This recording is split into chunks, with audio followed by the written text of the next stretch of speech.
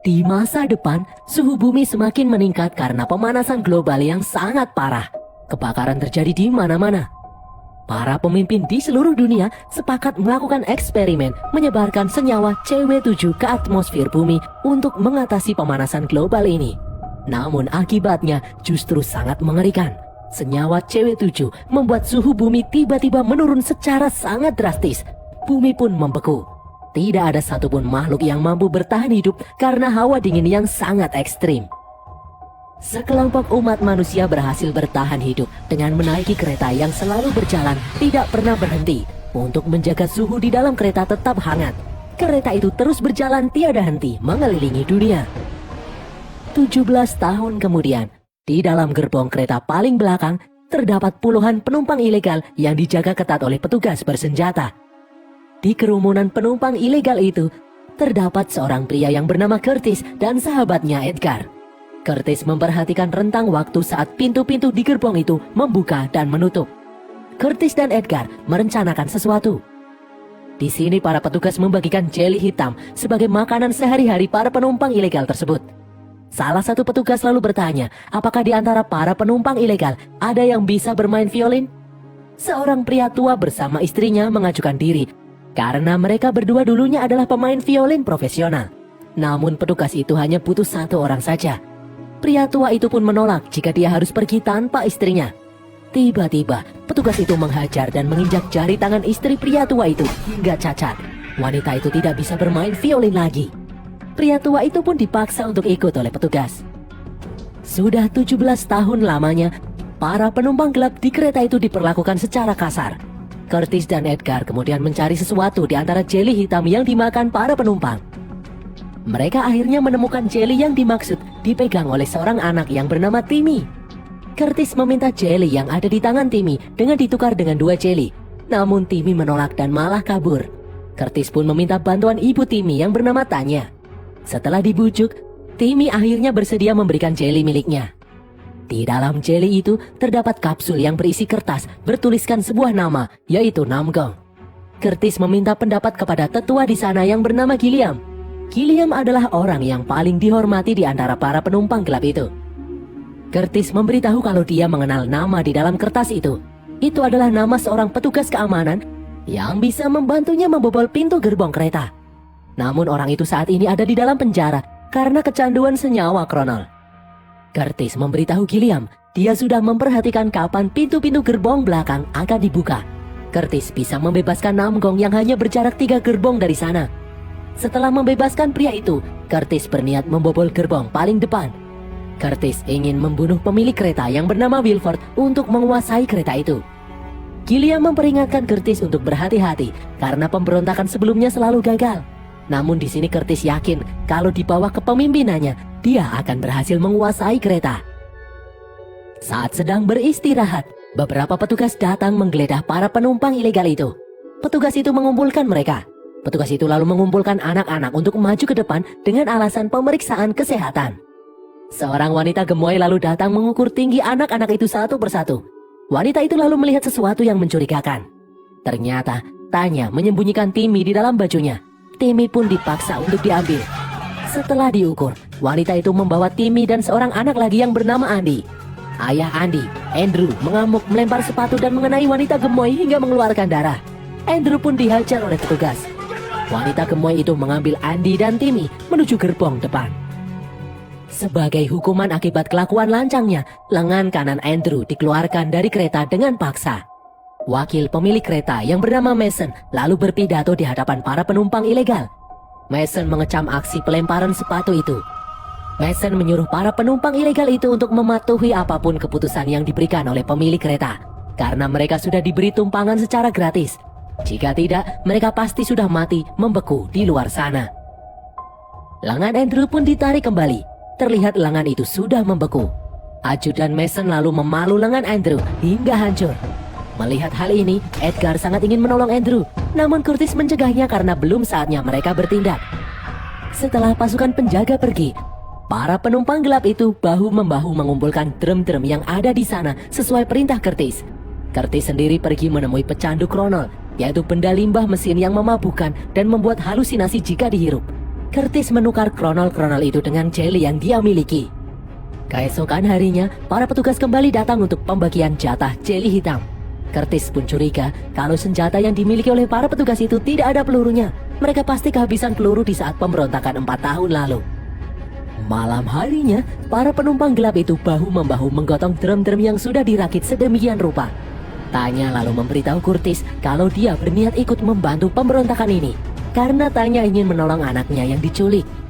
Tiba-tiba, para petugas datang di waktu yang tidak tepat. Semua orang pun panik. Saat petugas itu sedang menghitung jumlah orang di sana, tiba-tiba terjadi keributan. Setelah pintu-pintu membuka, Curtis maju meletakkan senjata petugas di kepalanya. Ternyata benar, senjata-senjata itu kosong. Semua orang pun mulai bergerak. Mereka membawa drum yang telah dirakit untuk menahan pintu-pintu yang telah terbuka. Mereka bertarung melawan para petugas di sana. Di ujung drum, terlihat seorang petugas yang sangat kuat. Pelindung Gilliam yang bernama Gray pun maju. Gray yang juga sangat kuat berhasil mengalahkan petugas itu. Mereka pun berhasil membobol 3 gerbong sekaligus. Edgar lalu membuka loker penjara di mana di dalamnya terdapat seorang pria yang bernama Namgong. Setelah dikeluarkan, Curtis meminta Namgong membantunya membobol pintu-pintu gerbong dengan imbalan 2 kronol setiap berhasil membobol 1 pintu. Awalnya Namgong menolak. Dia malah mengeluarkan rokok dan menyulutnya. Seorang anak kecil lalu mengambil korek api milik Namgong. Namgong kemudian mengeluarkan putrinya yang juga ditahan di sampingnya. Namgong bersedia membantu, asalkan Namgong dibolehkan untuk mengajak putrinya yang bernama Yona turut serta. Namgong dan Yona sama-sama pecandu kronol. Namgong lalu mengutak-atik pintu gerbong pertama. Sebelum pintu itu terbuka, Yona memberitahu kalau tidak ada siapa-siapa di balik pintu. Yona lalu meminta kronol sebagai imbalan. Setelah pintu terbuka, benar saja tidak ada siapa-siapa di sana. Gerbong itu memiliki jendela. Dari dalam, mereka melihat keadaan bumi yang masih ditutupi oleh salju yang sangat tebal. Tidak ada yang bisa selamat di luar sana. Namgong kembali membobol pintu berikutnya lagi. Yona memberitahu hanya ada 1 orang di gerbong depan. Setelah terbuka, ternyata benar ada 1 orang yang sedang bekerja. Curtis dan yang lain mengenal orang itu karena dulunya orang itu adalah penghuni gerbong belakang yang diculik oleh petugas. Saat ini orang itu bekerja di gerbong ini membuat jelly hitam, makanan sehari-hari penumpang gerbong belakang. Curtis yang penasaran melihat bahan untuk membuat jelly hitam. Curtis pun terkejut. Ternyata bahan untuk membuat jelly hitam adalah ribuan kecoa yang dimasak. Curtis kemudian kembali menemukan kapsul berisi kertas yang bertuliskan air. Beberapa gerbong di depan mereka adalah pusat penyimpanan air. Gilliam memiliki ide untuk menguasai gerbong air itu. Karena dengan menguasai pasokan air, maka mereka akan bisa menguasai seluruh kereta. Namgong pun kembali membobol pintu kereta. Yona terlihat ketakutan. Yona melarang pintu untuk dibuka, namun terlambat. Pintu telah terbuka. Terlihat puluhan petugas psikopat yang membawa berbagai senjata tajam di gerbong itu. Ternyata Yona memiliki indera keenam. Curtis lalu menyiapkan teman-temannya untuk bertarung. Pertarungan pun terjadi. Korban berjatuhan di antara kedua belah pihak. Di tengah-tengah pertarungan, petugas menyuruh semua orang untuk berhenti bertarung. Ternyata kereta itu kini melewati jembatan Yekaterina. Mereka pun bersorak karena setiap melewati jembatan Yekaterina, artinya kereta ini telah genap 1 tahun berjalan di muka bumi. Kereta itu lalu menabrak beberapa bongkahan es yang menutupi rel. Terjadi guncangan hebat, namun kereta itu berhasil melewatinya. Namgong terlihat memperhatikan sesuatu di bawah jembatan Yekaterina. Setelah situasi kembali tenang, Mason datang memperingatkan para penumpang gelap untuk menyerah. Mason menyebut para penumpang gelap itu tidak punya rasa terima kasih kepada Wilford yang telah menyelamatkan mereka 17 tahun lalu. Atas pemberontakan ini, Mason akan membunuh 74% populasi penumpang gelap itu. Mason dan anak buahnya lalu memakai kacamata inframerah. Tiba-tiba kereta itu memasuki sebuah terowongan. Di tengah kegelapan, para petugas yang memakai alat bantu penglihatan membantai para penumpang gelap tanpa ampun. Curtis lalu teringat seorang anak yang tadi mengambil korek api. Curtis meminta bantuan anak itu membawakan obor ke depan. Dari belakang, anak itu berlari membawa obor. Para penumpang gelap pun menyalakan beberapa obor untuk menerangi gerbong. Para penumpang gelap berhasil melawan. Mereka kembali maju. Gray berhasil melempari kaki Mason dengan pisau. Mason pun terjatuh. Curtis lalu maju untuk menangkap Mason. Namun di belakang, Curtis melihat Edgar yang ditawan. Dengan berat hati, Curtis memilih menangkap Mason agar perjuangan ini tidak sia-sia. Edgar pun akhirnya tewas. Setelah Curtis berhasil menangkap Mason, Curtis memaksa Mason menghentikan anak buahnya. Mereka pun berhenti bertarung. Ajudan Mason terlihat melawan, namun Yona mengangkat tombak dan membunuhnya. Ajudan Mason yang lain memandangi Yona dengan penuh dendam. Gilliam kemudian datang menyuruh para penumpang gelap untuk membersihkan diri di gerbong air di depan. Tanya dan Andrew kemudian bertanya pada Mason di mana anak mereka ditangkap. Mason menjawab kalau dia tidak tahu apa-apa, hanya Wilford sang pemilik kereta yang mengetahuinya. Curtis mengancam akan menutup suplai air di gerbong air, namun Mason malah tertawa mendengarnya karena ternyata air didapat dari gerbong depan yang memecah es dan merubahnya menjadi air. Gerbong air di belakang tidak ada gunanya bagi penghuni gerbong depan. Curtis yang marah lalu mengancam akan membunuh Mason. Mason pun ketakutan dan memohon untuk diampuni. Sebagai gantinya, Mason akan mengantar Curtis ke gerbong depan untuk menemui Wilford secara langsung. Saat sedang beristirahat, Gilliam memperingatkan Curtis untuk berhati-hati karena mereka sudah kehilangan banyak nyawa sampai saat ini. Mereka pun sudah terlihat mulai kelelahan. Namun Curtis masih berambisi untuk sampai di gerbong paling depan, yaitu gerbong mesin. Gilliam pun berpesan jika Curtis berhasil menemui Wilford di gerbong depan, Curtis harus langsung membunuh Wilford. Jangan sampai Wilford mengucapkan satu patah kata pun. Keesokan harinya, Curtis membentuk tim khusus yang terdiri dari Tanya, Andrew, Namgong, Yona, Gray, dan dirinya sendiri. Dengan menawan Mason, mereka akan pergi ke gerbong depan. Curtis menyuruh yang lain berjaga di belakang. Setelah pintu gerbong dibuka, mereka memasuki gerbong yang berisi aneka tanaman dan buah-buahan. Mereka lalu masuk ke gerbong depannya lagi yang berupa akuarium raksasa yang berisi aneka ikan. Mason mengajak Curtis dan yang lain makan sushi di gerbong itu. Mason menjelaskan kalau sushi hanya disajikan 2 kali dalam setahun untuk menjaga keseimbangan ekologi di dalam kereta ini. Mason berkata, keseimbangan jumlah individu di dalam kereta ini juga harus dikendalikan dengan sangat ketat agar mereka bisa bertahan hidup. Mereka lalu masuk ke dalam gerbong yang berisi anak-anak sekolah yang sedang belajar. Tanya dan Andrew tidak menemukan anak mereka di gerbong ini. Guru di gerbong itu menjelaskan sejarah kereta. Kereta ini diciptakan oleh Wilford yang sejak kecil sangat menyukai kereta. Setelah dewasa, Wilford memiliki perusahaan transportasi terbesar di dunia. Wilford menghubungkan semua rel kereta di seluruh dunia menjadi satu, sehingga membuat kereta itu bisa mengelilingi dunia dan selesai dalam 1 tahun perjalanan. Kereta itu juga menggunakan sumber energi yang super canggih yang tidak pernah habis. Mereka lalu melihat keluar jendela. Terlihat sisa-sisa 7 orang yang membeku, di mana 7 orang itu berusaha kabur keluar dari dalam kereta 15 tahun lalu. Mereka langsung membeku setelah beberapa langkah keluar dari dalam kereta. Beberapa saat kemudian muncul petugas yang membawa telur rebus untuk perayaan 1 tahun perjalanan kereta. Petugas itu membagikan telur kepada semua orang. Secara mengejutkan, Curtis mendapat kapsul di dalam telurnya. Setelah dibuka, terdapat kertas yang bertuliskan darah. Di belakang, petugas telur mengambil senjata dan menembaki para penumpang gelap. Di depan, sang guru sekolah juga mengambil senjata menembaki Curtis dan yang lain. Andrew tewas di serangan ini. Gray lalu membunuh sang guru dan Curtis pun berhasil merebut senjata miliknya. Dari layar televisi, terlihat siaran CCTV memperlihatkan seorang petugas membunuh Gilliam. Curtis yang emosi langsung membunuh Mason.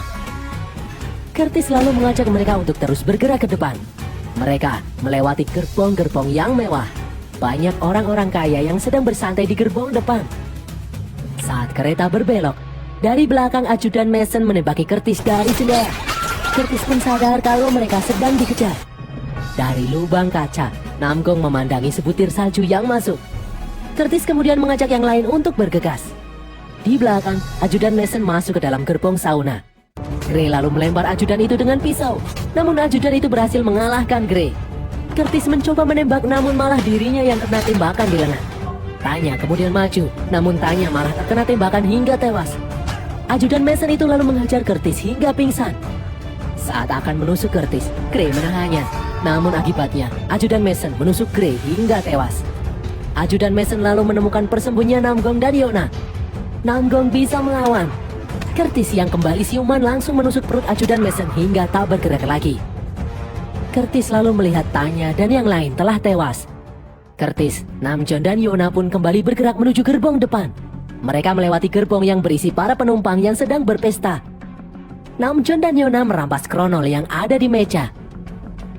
Curtis pun terus melangkah maju, hingga akhirnya sampai di gerbong paling depan. Curtis memaksa Namjoon untuk membuka gerbong mesin, namun Namjoon menolak. Namjoon malah ingin membuka pintu samping menuju keluar. Curtis dan Namjoon pun berkelahi. Setelah kembali tenang, Curtis bercerita betapa dirinya sangat ingin membunuh Wilford. 17 tahun lalu saat bencana dimulai, Wilford dan puluhan penumpang gelap terpaksa naik ke dalam kereta untuk bertahan hidup. Namun di bulan-bulan awal, Wilford tidak memperdulikan mereka. Para penumpang gelap itu saling memakan satu sama lain untuk bertahan hidup, termasuk Curtis. Curtis pun menangis karena dulu dia terpaksa memakan daging manusia untuk bertahan hidup. Pada suatu hari, Curtis membunuh seorang ibu untuk memakan anaknya. Namun seorang pria menghampiri Curtis. Pria itu memotong tangannya sendiri dan diberikan kepada Curtis untuk dimakan. Orang itu adalah Gilliam. Dan bayi yang hendak Curtis makan adalah Edgar. Curtis pun menangis. Beberapa bulan kemudian sejak pertama kali masuk ke dalam kereta, Wilford memerintahkan petugasnya untuk memberi makan para penumpang gelap dengan jeli hitam. Sejak saat itu, mereka memakan jeli hitam selama 17 tahun ada di dalam kereta. Namjoon lalu berkata kalau dia ingin membuka pintu keluar dan keluar dari dalam kereta laknat ini. Namjoon memberitahu saat melintas di jembatan Yekaterina tadi, Namjoon memperhatikan puing-puing pesawat di bawah. Dulunya hanya terlihat ekor pesawat itu. Namun barusan Namjoon melihat seluruh badan pesawat itu. Artinya salju kini kian menipis. Namjoon juga melihat butiran salju yang tidak setebal dahulu. Namjoon yakin mereka bisa bertahan hidup di luar sana. Namjoon akan meledakkan pintu keluar menggunakan kronol yang dia kumpulkan selama ini. Jika kronol-kronol itu digabungkan, kronol yang sangat mudah terbakar itu akan menjadi bom yang sangat kuat. Tiba-tiba dari dalam gerbong mesin muncul wanita gemoy yang langsung menembak Namjoon. Wanita itu menyita kronol dan menyuruh Curtis untuk masuk ke dalam gerbong mesin. Di dalam gerbong mesin, Curtis bertemu dengan Wilford. Wilford memberi selamat atas keberhasilan Curtis bisa mencapai gerbong mesin. Wilford berkata kalau mereka semua dari belakang sampai gerbong depan sama-sama terjebak di dalam kereta ini. Untuk itu, harus bisa dicapai keseimbangan ekosistem di dalam kereta agar mereka bisa bersama-sama bertahan hidup. Saat populasi penumpang harus dikurangi secara ekstrim, harus ada solusi yang radikal untuk melakukannya. Di dalam kereta tidak ada yang namanya seleksi alam. Cara yang harus ditempuh adalah membiarkan para penumpang untuk saling bunuh satu sama lain. Ternyata Wilford sendirilah yang telah merencanakan pemberontakan ini. Ternyata selama ini Wilford lah yang mengirim kapsul pesan ke gerbong belakang. Pemberontakan sebelumnya juga adalah rencana Wilford. Wilford merencanakan pemberontakan ini dengan bekerja sama dengan Gilliam. Wilford dan Gilliam selalu berkomunikasi sepanjang waktu. Curtis pun kaget seakan tak percaya. Wilford lalu mengambil gagang telepon yang menuju langsung ke kamar Gilliam. Di sana, anak buah Wilford mengangkat telepon. Wilford menyuruh anak buahnya melanjutkan membunuh 74% populasi penumpang gelap di gerbong belakang. Di tempat lain, ajudan Mason ternyata masih hidup. Dia bangkit dan berjalan menuju depan. Di depan, Namgong didekati beberapa penumpang yang marah karena kronol mereka direbut. Namgong lalu menyuruh Yona membuka pintu gerbong mesin. Di dalam gerbong mesin, Wilford membujuk Curtis untuk menggantikannya menjadi pemimpin kereta ini karena Wilford sudah terlalu tua. Wilford yakin Curtis bisa merawat mesin dan melanjutkan menjaga keseimbangan ekosistem kereta. Di luar, Yona berhasil membuka pintu gerbong mesin. Wanita gemoy yang penasaran memeriksanya. Yona berhasil melumpuhkan wanita itu. Yona lalu mengambil kronol dan menembaki ajudan Mason, namun tidak ada yang kena sampai pelurunya habis. Yona kemudian meminta Curtis memberikan korek padanya. Yona merasakan sesuatu. Dia lalu membuka lantai di bawahnya. Setelah dibuka, terlihat Timmy yang bekerja mengambil limbah mesin. Wilford berkata kalau tempat itu hanya muat untuk anak kecil di bawah umur 5 tahun. Komponen yang tadinya ada di sana telah rusak. Wilford terpaksa menggunakan anak kecil untuk menggantikan komponen itu. Itulah gunanya penumpang gelap di gerbong belakang. Wilford bisa mengambil anak-anak dari sana untuk melakukan pekerjaan ini. Mendengar hal itu, Curtis pun emosi dan menghajar Wilford. Curtis lalu kembali membuka lantai. Curtis menahan mesin di bawah dengan lengannya. Mesin-mesin pun bereaksi. Yona kemudian keluar membawa korek api untuk membakar Kronol. Dari dalam kolong muncul Andy yang berjalan seperti zombie menuju ruang mesin yang lain. Curtis tidak bisa menyelamatkan Andy. Curtis kemudian menarik Timmy dari dalam. Namun akibatnya Curtis kehilangan salah satu lengannya. Di luar, Yona berhasil menyalakan bom Kronol. Sebelum bom meledak, Namgong dan Curtis memeluk Yona dan Timmy. Bom Kronol pun meledak. Ledakan itu memicu longsor salju yang dahsyat dari atas gunung. Longsor itu menimpa kereta dan membuat kereta terpontang-panting. Gerbong-gerbong kereta pun terpisah terjatuh ke dasar jurang. Kereta itu pun akhirnya berhenti di tengah-tengah salju. Beberapa saat kemudian, Yona dan Timmy berhasil selamat. Namun Namgong dan Curtis tidak bergerak, mereka berdua telah tewas. Yona dan Timmy lalu keluar dari dalam kereta. Di luar, mereka berdua bisa berjalan dengan santai. Yona terkejut melihat ada beruang kutub di atas bukit. Ternyata makhluk hidup sudah kembali bisa bertahan hidup di permukaan bumi. Dan berakhirlah alur cerita film Snowpiercer ini, guys.